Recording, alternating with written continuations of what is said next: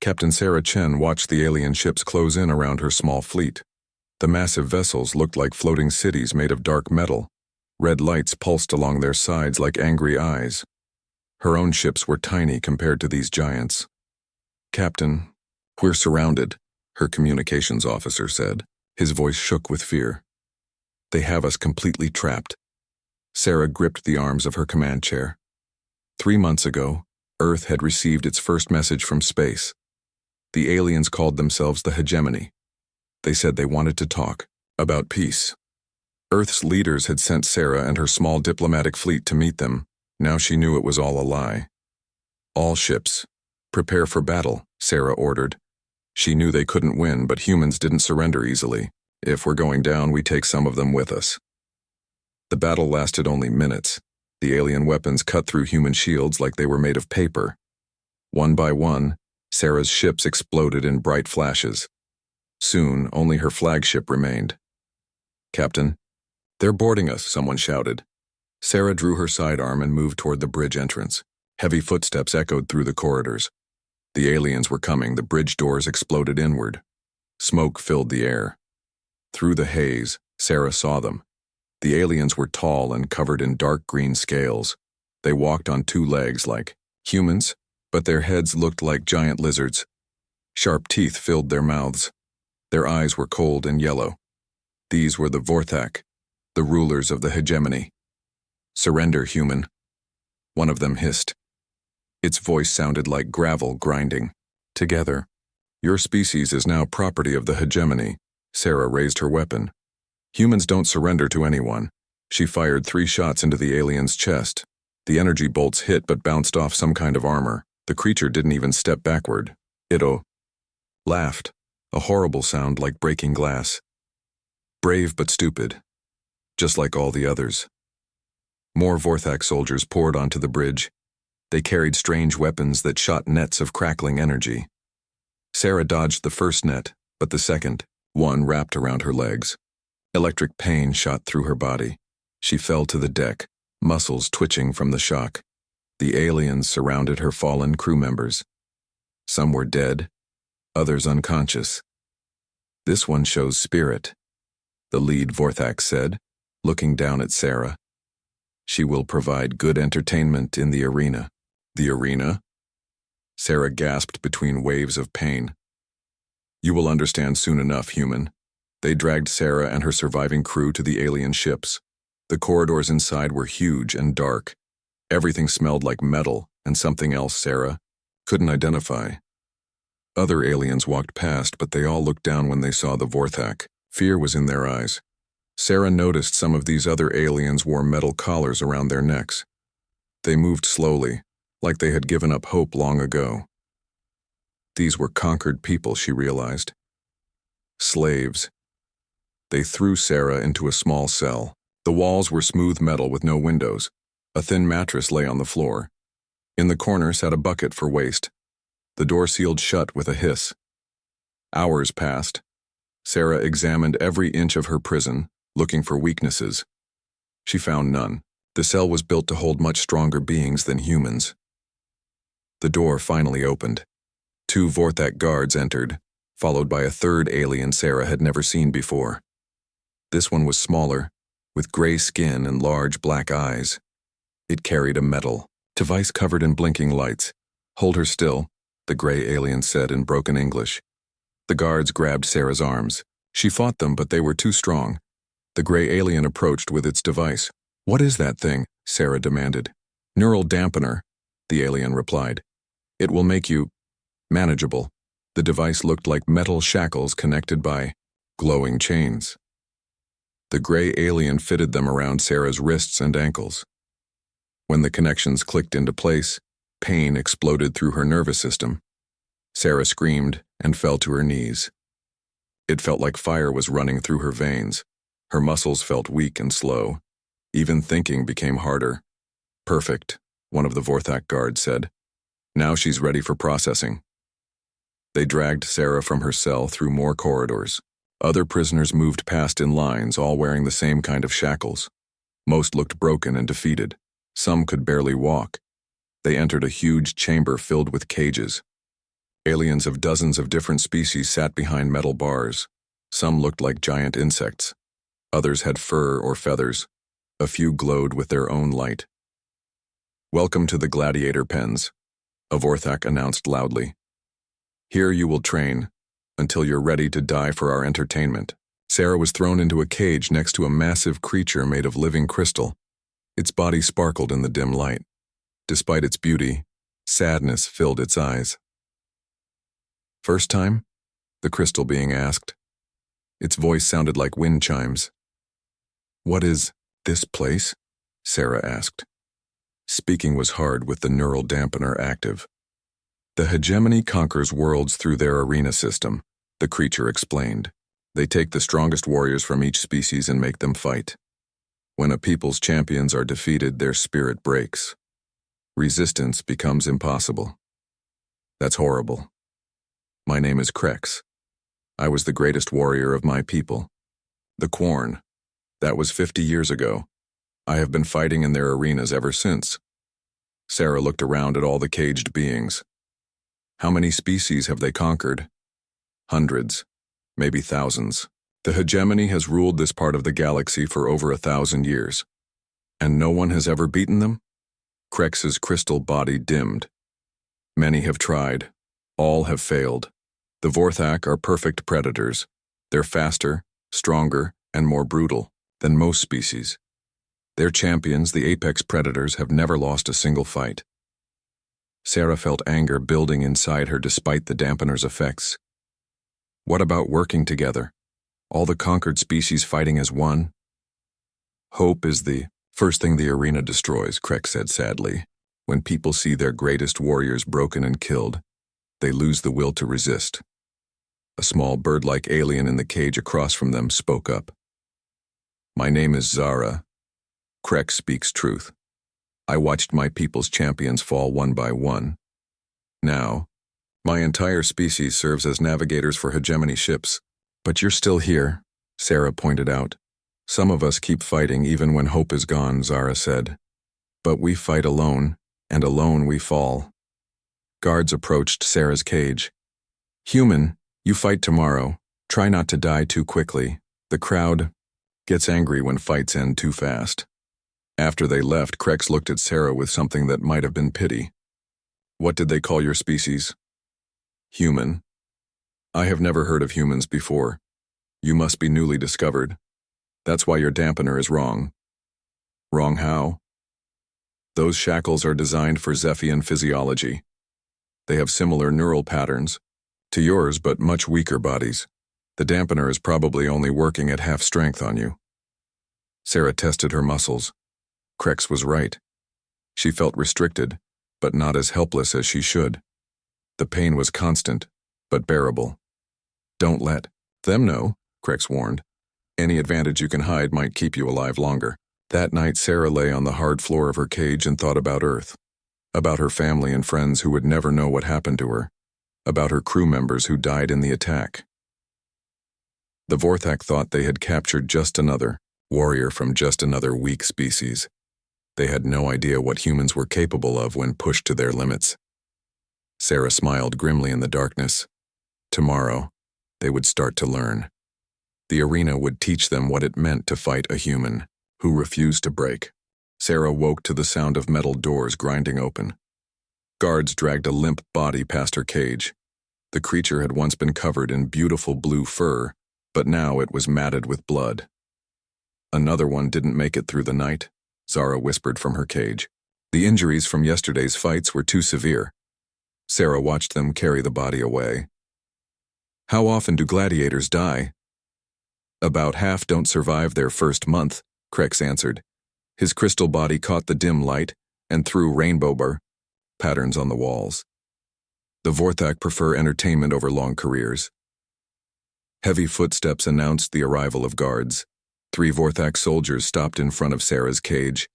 Their yellow eyes studied her like she was a piece of meat. "Human. Time for your first lesson in dying," the largest guard said. His voice carried cruel amusement. They opened her cage and fitted additional chains to her shackles. The neural dampener sent fresh waves of pain through her body as they activated. The new restraints. Sarah gritted her teeth and refused to cry out. They dragged her through stone corridors toward distant sounds of roaring crowds. Other gladiators were being moved in the same direction. Some walked with confidence born from experience. Others shook with terror. "Remember," Krex called after her, "the crowd wants a show. Give them one, even if you lose." The arena was massive. Seats stretched up into darkness, filled with thousands of aliens. Most were Vorthak, but Sarah saw other species scattered throughout. The conquered peoples sat in special sections, forced to watch their champions fight and die. Sand covered the arena floor. Dark stains showed where blood had soaked in over countless battles. Weapons hung from racks along the walls, but most looked ancient and dull. A Vorthak announcer's voice boomed across the arena. "Today we test a new species. The humans think they can resist the might of the hegemony. Let us see how long this one lasts." The crowd roared approval. Sarah was pushed into the center of the arena. Across from her, a gate opened to reveal her opponent. The creature that emerged looked like a cross between a spider and a wolf. It stood on 6 legs, each ending in razor-sharp claws. Fangs dripped with something that sizzled when it hit the sand. The beast was easily 3 times Sarah's size. "Your opponent is a Keth warrior," the announcer explained. "They are natural killers from the poison worlds of Sector 7. This particular specimen has won 12 fights." Sarah looked at the weapon racks. Her shackles would make it impossible to reach them quickly. The neural dampener made her movements slow and clumsy. Every step sent pain shooting up her legs. The Keth warrior circled her, testing her reactions. Its multiple eyes studied her movements. Poison dripped steadily from its fangs, creating small, smoking holes in the sand. "Fight," the announcer commanded.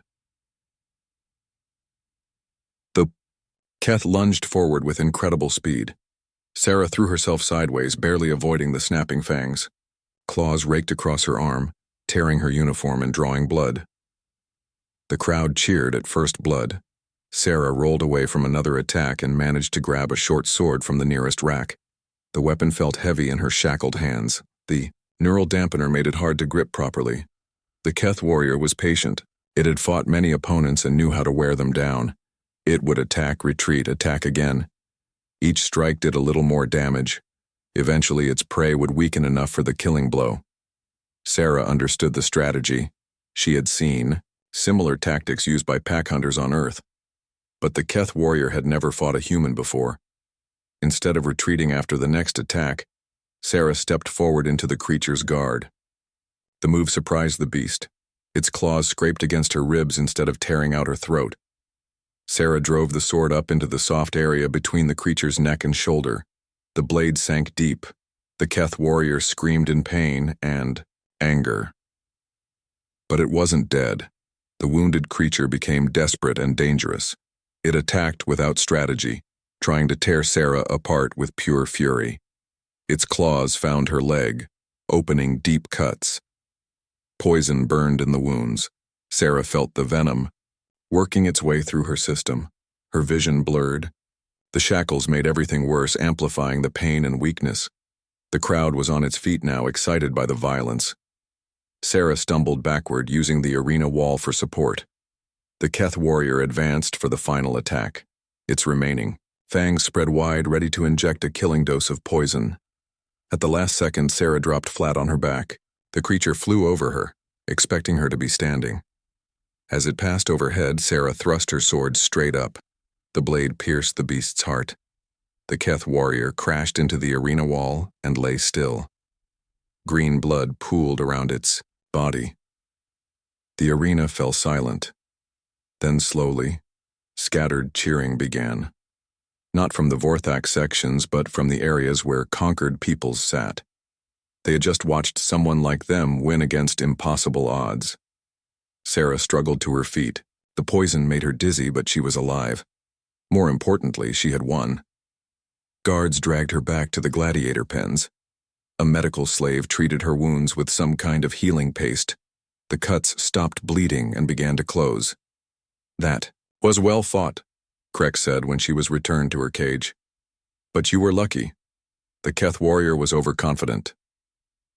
Luck had nothing to do with it, Sarah replied. I studied its attack patterns and used them against it. Zara tilted her bird-like head. You analyzed your opponent during combat? While poisoned and in pain? All humans do that. We're persistence hunters. We don't give up and we learn from everything. Over the following weeks, Sarah fought 6 more opponents. Each fight was harder than the last. The Vorthak gave her increasingly dangerous enemies trying to find her breaking point. She faced a creature made of living acid that dissolved anything it touched. Sarah won by using the arena's water features to dilute the beast until it could no longer maintain its shape. Against a pack of small, fast hunters, she turned their coordination against them by creating choke points where their numbers became a disadvantage instead of an asset. A massive armored beast that seemed invincible fell when Sarah realized its armor plates had gaps that lined up only when it moved in certain ways. Each victory was brutal. Sarah collected new scars and injuries. The neural dampener's constant pain wore at her strength. But she refused to break. More importantly, word of her fights was spreading. The conquered peoples are talking, Zara reported during one of their evening conversations. They whisper about the shackled human who cannot be broken. The Vorthak are getting angry, Krex added. They expected you to die quickly like most new gladiators. Your survival is embarrassing them. Sarah looked around at her fellow prisoners. Some seemed different now. There was something in their eyes that hadn't been there before. Not quite. Hope. But maybe the memory of what hope felt like. How long before they put me against something I can't beat? Sarah asked. Soon, Krex said sadly. When a gladiator becomes too popular with the conquered peoples, the hegemony eliminates them. They'll probably send multiple opponents next time. Or they might move you up to face the apex predators, Zara suggested. The Vorthak champions who have never lost. Sarah nodded. She had been expecting this. Every victory brought her closer to a fight she couldn't win. But something had changed in the arena. Where once the conquered people sat in silent despair, now they leaned forward during fights. They cheered when she struck back. They gasped when she was injured. For the first time in centuries, the arena was giving them something other than proof of their helplessness. Sarah smiled grimly as she settled down to sleep. Tomorrow would bring another fight, another test of human will against alien strength. The Vorthak thought they were breaking her spirit with each battle. They had no idea they were creating something much more dangerous than a gladiator. They were creating a symbol. The arena fell silent when Sarah entered. 3 months of victories had changed how the crowd reacted to her fights. The Vorthak section still cheered for her death, but the conquered peoples watched with barely hidden hope. Today was different. Instead of one opponent, 3 gates opened around the arena floor. The human has been lucky too long, the announcer roared. Today she faces the Crimson Pack of Neth Prime. 3 killers who have never been separated in battle. The creatures that emerged looked like massive red wolves, but with intelligence burning in their eyes. They moved as one unit, communicating through low growls and subtle body language. Each was larger than Sarah, with teeth designed for tearing flesh from bone. Sarah stood in the center, her shackles heavy on her wrists and ankles. The neural dampener had been strengthened after her recent victories. Every movement felt like swimming through thick mud. The pack spread out to surround her. This wasn't like her previous fights. These weren't individual beasts acting on instinct. This was a coordinated team with battle experience. They hunt as one mind, Krex had warned her the night before. Separate them or die. The pack leader, distinguished by white scars across its muzzle, gave a low howl. The attack began. They came from 3 directions at once. Sarah dove toward the nearest weapon rack, but the leftmost wolf cut off her path. Claws raked across her back as she rolled away. The crowd roared as blood stained her torn clothing. Sarah managed to grab a spear, but the pack leader batted it from her hands with a casual swipe. The weapon spun away across the sand. This wasn't working. She couldn't fight 3 experienced hunters with weapons while wearing shackles. She needed to change the game entirely. Sarah stopped running and stood perfectly still in the center of the arena. The pack circled her, confused by this new behavior. Their prey had stopped fleeing. This wasn't normal. "Come on, then," Sarah said quietly. "Let's see what you're really made of." The pack leader growled and charged directly at her. Sarah waited until the last possible second, then stepped aside. As the wolf passed, she grabbed its thick fur and held on. The beast tried to shake her off, but Sarah's grip was iron. More importantly, she was now too close for the other two wolves to attack without risking their pack leader. Sarah drove her elbow into the pressure point behind the wolf's ear. On Earth, the same technique could drop a charging bull. The wolf stumbled, dazed. The other two pack members circled frantically, looking for an opening. Sarah used their hesitation against them. She spun the pack leader around, using its body as a shield while she reached for a fallen weapon. Her fingers closed around a short sword just as the second wolf decided to risk an attack. Sarah released the pack leader and met the new attacker head-on. The blade found the wolf's throat. It dropped without a sound. The pack leader, recovering from the stunning blow, howled in rage at seeing its companion fall. The sound was full of grief as well as anger. Sarah felt a moment of sympathy. These weren't mindless beasts. They were intelligent beings forced to fight for alien entertainment, just like her. But sympathy wouldn't keep her alive. The remaining two wolves attacked. Together, abandoning caution in their fury, Sarah used their emotional state against them. Angry fighters made mistakes. She feinted left, then dove right as both wolves converged on where she had been. They collided with each other in a tangle of claws and fangs. Sarah's sword found the second wolf's heart before they could separate. The pack leader stood alone now, its family dead in the sand. It looked at Sarah with something like respect in its eyes. This human had fought with honor, even while shackled. The wolf lowered its head in what might have been a bow, then charged one final time. Sarah met it halfway. They rolled across the sand together, each trying for a killing blow. The wolf's claws opened new wounds on her arms and sides. Sarah's blade found spaces between its ribs. When the fighting stopped, both lay bleeding in the sand. The wolf's yellow eyes met Sarah's blue ones as its life faded. "Well fought," Sarah whispered. The crowd was on its feet. Even some of the Vorthak seemed impressed by the battle's ferocity.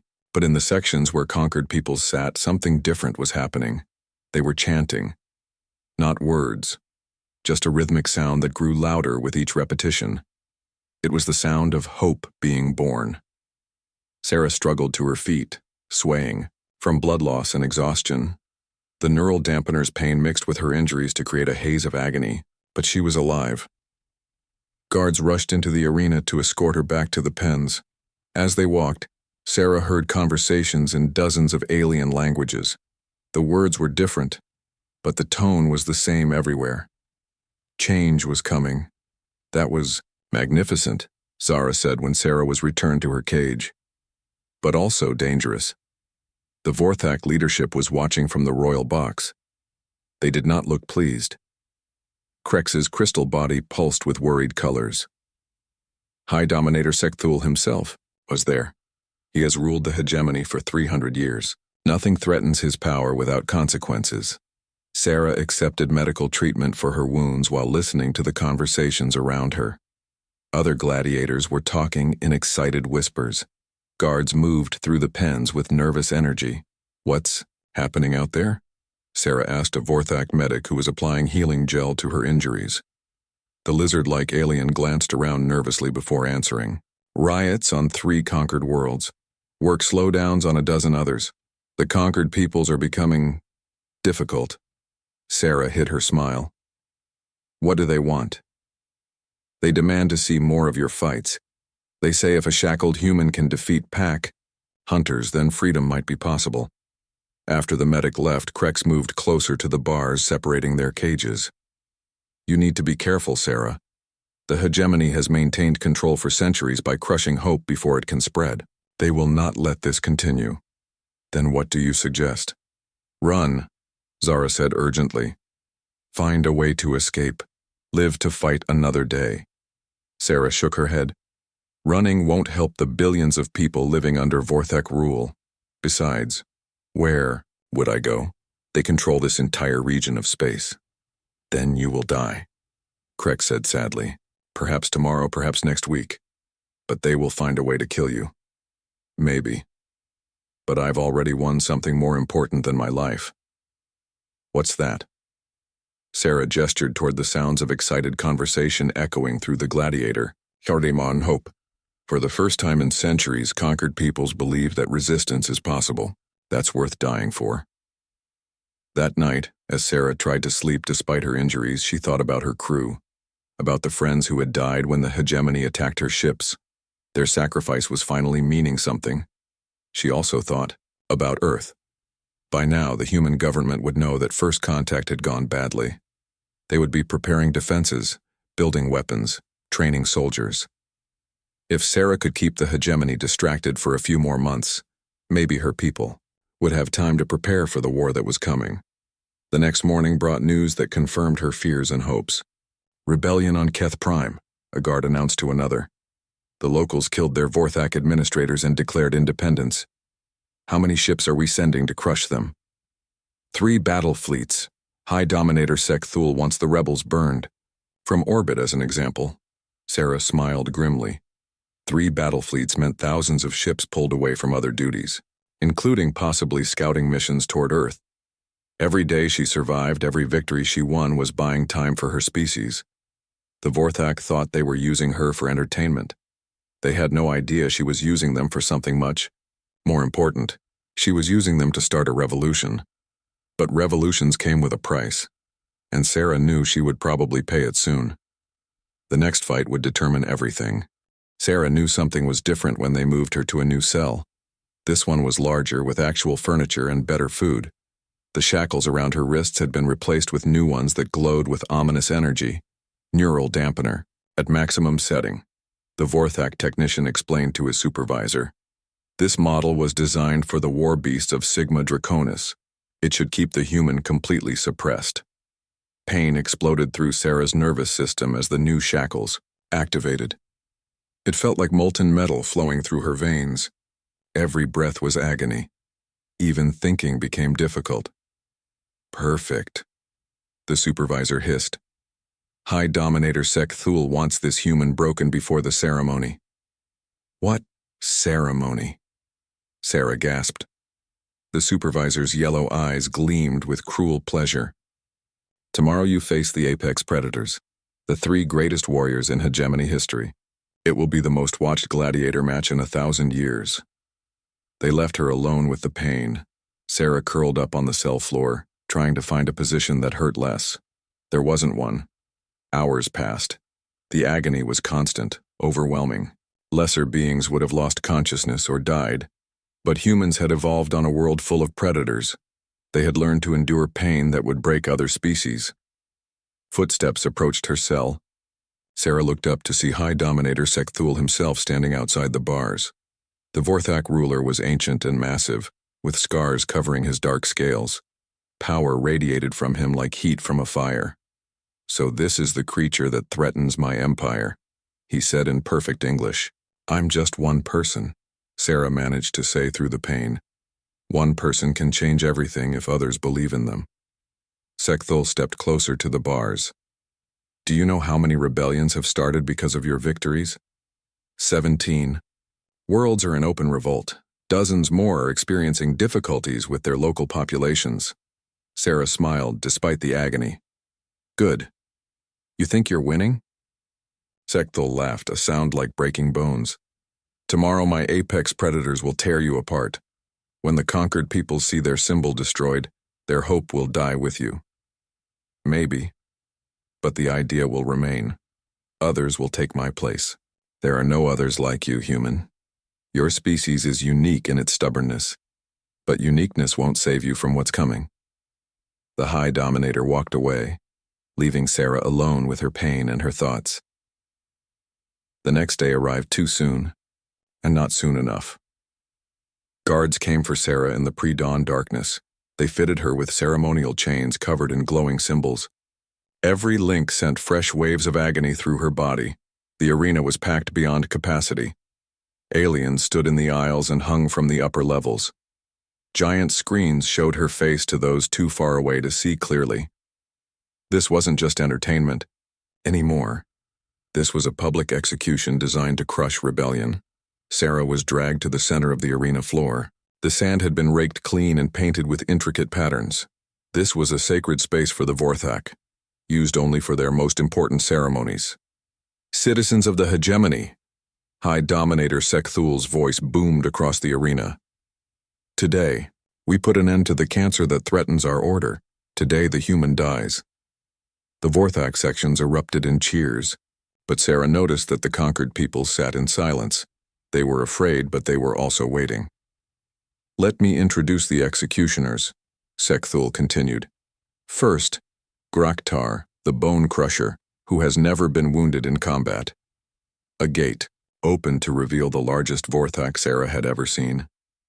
Graktar stood 3 meters tall and was covered in armor made from the bones of his victims. His massive claws gleamed like swords. Second, Zethrios the Poison Master, whose touch brings death. The second apex predator was smaller but no less deadly. Zethrios moved like liquid shadow, and his scales shifted color like a chameleon. Poison dripped from spines along his arms. And finally, Mordeth the Mind Breaker, who destroys his enemy's will to fight. The third apex predator wore a crown of crystal that pulsed with psychic energy. Mordeth's eyes glowed with unnatural light as he stared at Sarah. She felt his mental assault immediately, waves of fear and despair trying to crush her spirit. Sarah gritted her teeth and pushed back. Human minds were different from other species. Where aliens might break under psychic pressure, humans became angry. And angry humans were dangerous. The 3 apex predators spread out around her. They were unshackled, armed with the finest weapons, and supported by their natural abilities. Sarah wore maximum strength neural dampeners and could barely stand upright. Fight! Sekthul commanded. Mordeth attacked first, sending a wave of psychic energy designed to paralyze his opponent with terror. Sarah felt the fear wash over her, and used it. Fear sharpened human senses, made them faster and stronger. She rolled away from Graktar's massive claws and grabbed a spear from the nearest weapon rack. The shaft felt impossibly heavy in her shackled hands. Zethrios appeared behind, her like smoke. His poison spines grazed her shoulder. Fire spread through Sarah's bloodstream as the toxin took effect. 3 opponents, all faster and stronger than her. Weapons that barely worked in her restricted grip. Poison burning through her system. Neural dampeners that turned every movement into agony. The crowd expected her to die quickly. They had forgotten what humans did when death was certain. Sarah stopped trying to fight defensively. Instead, she attacked. She drove the spear toward Mordeth's heart. The Mind Breaker dodged, but Sarah had expected that. As he moved aside, she released the spear and grabbed his crystal crown. Psychic energy exploded through her mind as she made contact. Mordeth screamed as his own power turned against him. The feedback loop shattered his concentration and left him vulnerable. Sarah's knee found his throat. The Mind Breaker collapsed, gasping for breath. Graktar roared in fury and charged. His bone armor made him slow but nearly invulnerable. Sarah couldn't match his strength, but she could use it against him. She stepped aside at the last moment, letting him crash into the arena wall. As he struggled to turn around, Sarah climbed onto his back and found the gaps in his armor. Her fingers discovered the nerve cluster behind his neck. The same pressure point that worked on Earth predators functioned on Vorthak anatomy. Graktar's legs gave out as his nervous system overloaded. That left Zethrios, who had been waiting for his moment. The Poison Master struck like lightning, his toxic spines aimed at Sarah's heart. But poison moved through human bloodstreams differently than alien ones. The toxin that should have killed her was being processed by a liver evolved to handle Earth's most dangerous plants and animals. Sarah was dying, but slowly. She caught Zethrios' arm as he struck. His poison spine sank into her palm, but she held on. With her other hand, she grabbed one of his spines and drove it into his own neck. The Poison Master's eyes widened in shock as his own venom paralyzed him. He collapsed beside his fallen companions. The arena was silent. Sarah stood in the center, swaying from blood loss and poison. All 3 apex predators lay defeated around her. The impossible had happened. Then the conquered peoples found their voices. The cheer that rose from their sections shook the entire arena. It was the sound of chains breaking, of hope reborn, of freedom becoming possible. High Dominator Sekthul stood in his royal box, his ancient face twisted with rage and disbelief. For the first time in 300 years, his authority had been challenged and found wanting. Sarah looked up at him and smiled. Blood ran from the corner of her mouth, but her eyes were bright with victory. "Your move," she whispered. The revolution had just been born. But revolutions, Sarah knew, always came with a price, and the hegemony wasn't finished with her yet. Guards swarmed the arena floor, but they moved carefully. The crowd was on the edge of riot, and everyone knew it. Sarah had won more than a fight. She had won something that couldn't be taken away. She had won proof that the hegemony could be defeated. Now the real battle could begin. The arena remained silent as medics rushed to treat the fallen apex predators. Graktar and Mordeth were alive but unconscious. Zethrios lay still, paralyzed by his own poison. Sarah stood in the center of it all, blood dripping from her wounds, onto the sacred sand. The neural dampeners had overloaded from the psychic feedback, sparking and smoking around her wrists. High Dominator Sekthul descended from his royal box, his ancient face a mask of controlled fury. The crowd parted before him like water. Even his own guards seemed afraid. "Remove the dampeners," he ordered quietly. "My lord?" A technician stammered. Without restraints, she could be dangerous. Sekthul's claws found the technician's throat. "Remove them, now!" With shaking hands, the technician deactivated Sarah's shackles. They fell to the sand with metallic clanks. For the first time in months, Sarah felt her full strength return. The difference was incredible. Pain vanished. Her movements became fluid and quick. It was like being blind and suddenly seeing again. "Walk with me, human," Sekthul said. Sarah followed him to the center of the arena. Up close, the High Dominator was even more imposing. Scars covered his scales from centuries of battle. His yellow eyes held the weight of absolute power. "You have cost me greatly," he said conversationally. 43 worlds are now in open rebellion. My battle fleets are spread thin trying to contain the uprisings. Food production has dropped 20% as conquered peoples refuse to work. "Good," Sarah replied. Sekthul smiled, showing rows of razor teeth. "I admire your honesty. Most beings would beg for mercy at this point. Humans don't beg. No, I'm beginning to understand that." The High Dominator walked slowly around her, like a predator studying prey. "Which brings me to my offer." Sarah said nothing, waiting. "Join me," Sekthul said. "Become my champion. Help me put down these rebellions, and I will give you anything you desire. Wealth, power, your own fleet of ships. I will even spare your homeworld when we find it." The crowd held its breath. In the conquered people's sections, thousands of beings waited for her answer.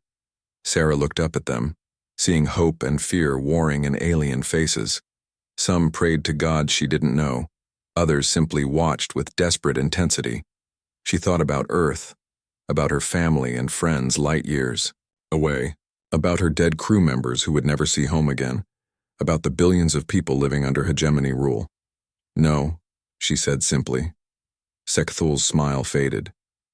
"You would choose death over power? I would choose freedom over slavery." "Freedom?" The High Dominator laughed bitterly. "There is no freedom in this galaxy, human. There is only the strong and the weak, the rulers and the ruled. I offer you a place among the strong. You offer me a chance to become like you. No thanks." Sekthul's control finally snapped. His claws extended as he lunged at Sarah with supernatural speed. But Sarah was no longer shackled, no longer in pain. Her human reflexes, evolved from millions of years of surviving Earth's deadliest predators, functioned at full capacity. She sidestepped the attack and struck back, her fist connected with the nerve cluster behind Sekthul's jaw. The High Dominator staggered more from surprise than damage. No one had successfully struck him in 3 centuries. "Impossible," he hissed. Sarah didn't waste time talking. She pressed her attack, using every dirty fighting trick humans had learned. During their species' violent history, Sekthul was stronger and had better natural weapons. But he had ruled through fear for so long that he had forgotten how to really fight. Sarah had learned combat in the arena, where losing meant death. The battle ranged across the arena floor. Sekthul's claws opened wounds on Sarah's arms and legs. Sarah's strikes found weak points in his armor and scales. The crowd watched in stunned silence as their absolute ruler fought for his life against a creature he had considered inferior. Sarah ducked under a swipe that would have taken her head off. She grabbed Sekthul's arm and used his own momentum to throw him across the arena. The High Dominator crashed into the weapon racks, scattering ancient swords and spears. "You cannot win," Sekthul roared as he climbed to his feet. "I am eternal. I am the hegemony."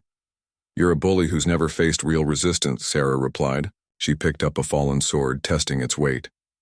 And bullies always fall when someone stands up to them. They came together in the center of the arena. Steel met claw in a shower of sparks.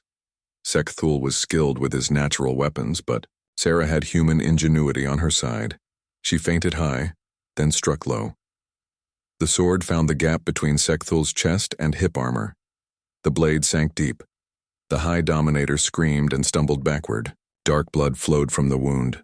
For the first time in centuries, he was truly hurt. "This changes nothing," he gasped. "Kill me, and my generals will burn 100 worlds in revenge. The conquered peoples will suffer for your defiance." Sarah stepped closer, keeping the sword point aimed at his heart.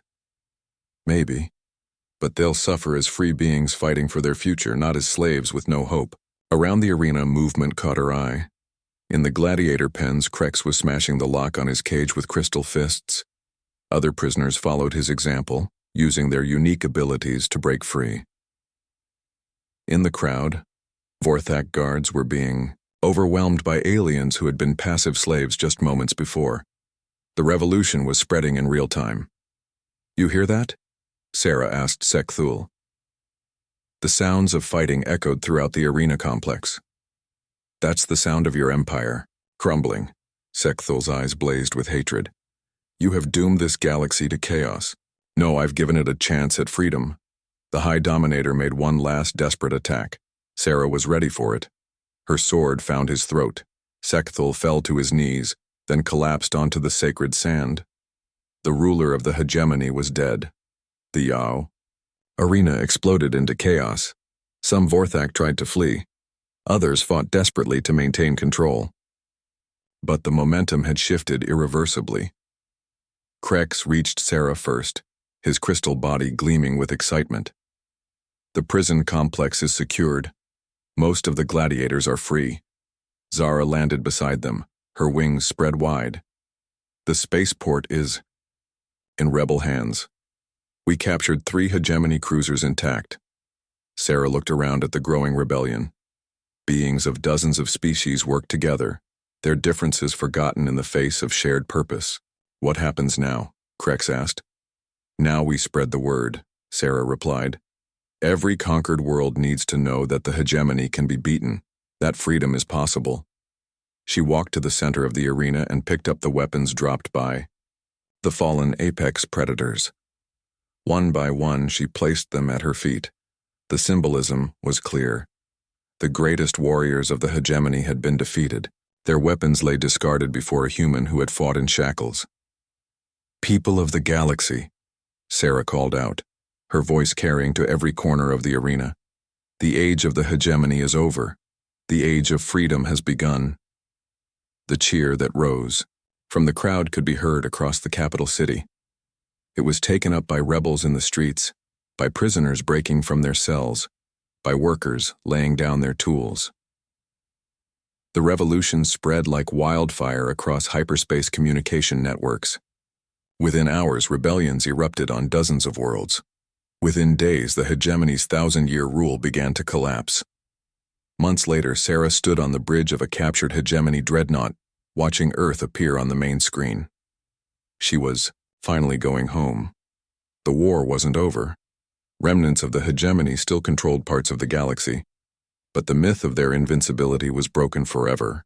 "Captain," her communications officer reported, "Earth Defense Command is asking for your identification." Sarah smiled.